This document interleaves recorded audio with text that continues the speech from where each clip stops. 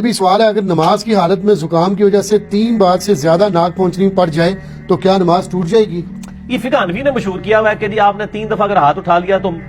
آپ عمل کثیر کر لیں گے، اور عمل کثیر جو ہے نماز کو مکروہ تحریمی واجب الادا کر دیتا ہے۔ یہ اس کے پیچھے ان کے پاس کوئی دلیل نہیں ہے کتاب و سنت سے، یہ محض ان کا باطل مسئلہ ہے۔ اور پھر جب ان کو کہیں گے جی اس طرح کرنا ہے تو وہ کہتے ہیں جی عمل کثیر سے بچنے کا طریقہ یہ ہے کہ آپ ہاتھ اٹھا کے یوں نہ پوچھیں، بلکہ ہاتھ کو ایسے جسم کے ساتھ یوں ایسے لے وہ سر طریقہ لکھے ہے تو اسی ہنستے پہ ہو۔ وہ کہتے ہیں یہ اٹھانا شمار نہیں ہوگا۔ اس طرح آپ 20 دفعہ بھی کھجلی، کہتے ہیں اگر آپ کو اب 34 دفعہ کھجلی ہوئی ہے کمر پہ، ایسے کریں گے تو نماز ٹوٹ جائے گی، لیکن اگر آپ ایسے کر کے ایسے جا کے کریں گے نا پھر نہیں ٹوٹے گی۔ سر یہ لکھا ہوا ہوتا، نہ لکھا ہوا تو آپ مجھے پکڑ لیں، آپ درِ مختار کھول لیں، بہار شریعت کھول لیں، بہشتی زیور کھول لیں، انہوں نے طریقے بھی بتائے ہوئے ہیں۔ سر ایڈی اوکھی نہ کرو، اس تو سے بندہ کوئی کہے گا یار میں نماز پڑھ ہی رہا، ایڈی اوکھی ہوگی زکام۔ آپ نماز کے اندر ضرورتاً کوئی بھی کام کر سکتے ہیں۔ بخاری مسلم میں موجود ہے، حضرت عبداللہ ابن عباس کہتے ہیں نبی علیہ السلام نماز پڑھ رہے تھے تہجد کی، تو میں بھی رات کے وقت اٹھا تو دیکھا، میں بھی ادھر سویا ہوا تھا، میں بھی حضور کے ساتھ جا کے بائیں طرف کھڑا ہو گیا، تو آپ علیہ السلام نے نماز کی حالت میں کان سے پکڑ کے نہ مجھے یوں دائیں طرف کھڑا کیا۔ ان کے نزدیک ہوتا تو نماز ٹوٹ جاتی، اتنا بڑا عمل کیا۔ پھر ابو داؤد ترمذی میں سنن اربعہ میں آپ کو حدیث مل جائے گی کہ اگر نماز کے دوران سانپ یا بچھو آ جائے تو اس کو مار بھی سکتے ہو، اسی لیے اندھیرے میں نماز پڑھنے کو ناپسند کیا گیا۔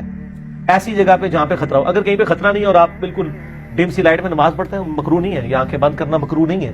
وہ آنکھیں بند کرنے کو اس لیے یعنی علماء نے، فقہاء نے یعنی اس لیے لکھا ہے کہ ہوتا ہے کوئی اس طرح آ جائے جی، اور پھر آپ کو خطرہ یہ بھی ہوتا ہے کہ آپ رفع الیدین سے نماز پڑھ رہے ہو کسی ایسی مسجد میں کہ جہاں پہ بغیر رفع الیدین والوں کی مسجد ہو، پھر تو آپ کو آنکھیں کھول کے نماز پڑھنی چاہیے۔ بلکہ سنن نسائی میں حدیث ہے کہ نبی علیہ السلام نماز پڑھتے ہوئے بغیر گردن ہلائے آنکھوں سے ادھر ادھر دیکھ لیا کرتے تھے۔ یہ بعض کا ضرورت بھی پڑ جاتی ہے،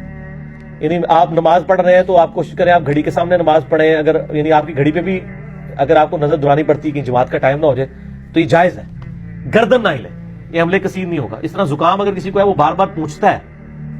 تو کوئی حرج نہیں اس کے اندر، پوچھ سکتا ہے۔ موبائل بول پڑے ایون جی، تو موبائل وہ لوگ بولنے دیتے ہیں، وہ کہتے ہیں سمجھتے ہیں کہ جی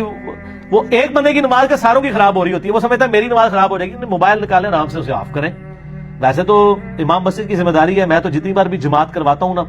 موبائل کے حوالے سے اناؤنسمنٹ کر دیتا ہوں کہ موبائل اپنے سائلنٹ کر لیں یا بند کر لیں، مسجد میں جاتے ہی بند کر دینا چاہیے تھا۔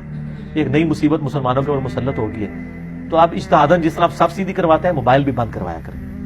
تو یہ یعنی نماز کے دوران اگر کسی کے ساتھ ایسا ایشو ہوتا ہے وہ کر سکتا ہے، حتیٰ کہ بخاری مسلم میں حدیث ہے اگر تمہیں تھوک آ جائے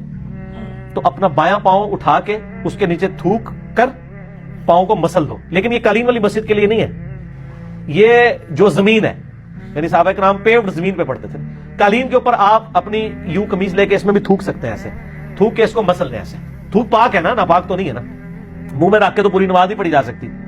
یا رومال نکال کے کر لیں، یہ تو باقاعدہ حدیثوں میں موجود ہے۔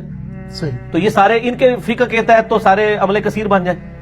تو بعض کا جینون ضرورت ہوتی ہے آپ کو نماز کے دوران یعنی خیال رکھنا پڑتا ہے اور چیزوں کو دیکھنا بھی پڑ جاتا ہے، خصوصاً ایسی مسجدوں میں یعنی جہاں پہ آپ دوسرے مکتب فکر کی ہیں اور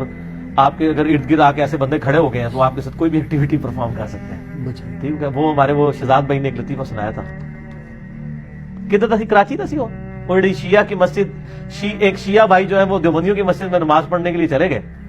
تو مسجد تھی وہ سٹانچ قسم کے دیوبندیوں کی نا۔ اب آپ کو پتا ہے شیعہ رفع الیدین سے نماز پڑھتے ہیں اور ہاتھ چھوڑ کے، حنفی جو ہے بغیر رفع الیدین کے پڑھتے ہیں اور ہاتھ نیچے باندھ کے۔ اب جس شیعہ نے پہلے نہ دیکھا ہو کہ حنفی کس طرح نماز پڑھتے ہیں تو وہ کہے گا یار یہ کس طریقے سے نماز پڑھ رہا ہے، اور جس حنفی نے نہ دیکھا ہو شیعہ کس طریقے سے نماز پڑھتے ہیں تو وہ کہے گا یار یہ کس طریقے سے نماز پڑھ رہا ہے۔ تو وہ بندہ جب نماز پڑھ کے فارغ ہوا تو اس کو 5-6 وہ گاڑیوں والے بڑے بڑے وہ پرنوں والوں نے گھیر لیا اور کہا جی یہ تو کس طرح نماز پڑھ رہا ہے، کہتا میں بھی تو پوچھنے لگا تھا تسی کس طریقے سے نماز پڑھ رہے ہو، کہتا میں بھی آپ سے یہی سوال کرنے لگا تھا کہ تسی کس طریقے سے نماز پڑھی ہے۔ ٹھیک ہے، تو جس طرح آپ سوچ رہے ہیں کسی کے بارے میں تو سر آپ کے بارے میں بھی لوگ یہی کچھ سوچ رہے ہیں۔ اگر آپ کہہ رہے ہیں نا سوائے ابلیس کے جہاں میں سبھی تو خوشیاں منا رہے ہیں، تو سر وہ بھی آپ کے بارے میں یہی سوچ رہے ہیں کہ آپ بھی ابلیس والا کام کر رہے ہیں، دونوں ایک دوسرے کو ابلیس کہہ رہے ہیں۔ اگر حسام الحرمین میں یہ لکھا ہے کہ یہ واجب القتل ہے دیوبندی، تو المحند المفند میں بھی لکھا ہوا ہے کہ بریلویوں کے جو بڑے بزرگ ہیں یہ شیطانی لشکر ہے جو ہم پہ حملہ آور ہو گیا، تو دونوں نے ایک دوسرے کو ٹائٹل دیا ہے۔ سر پھر ہم تو پھر آپ کو پتہ نا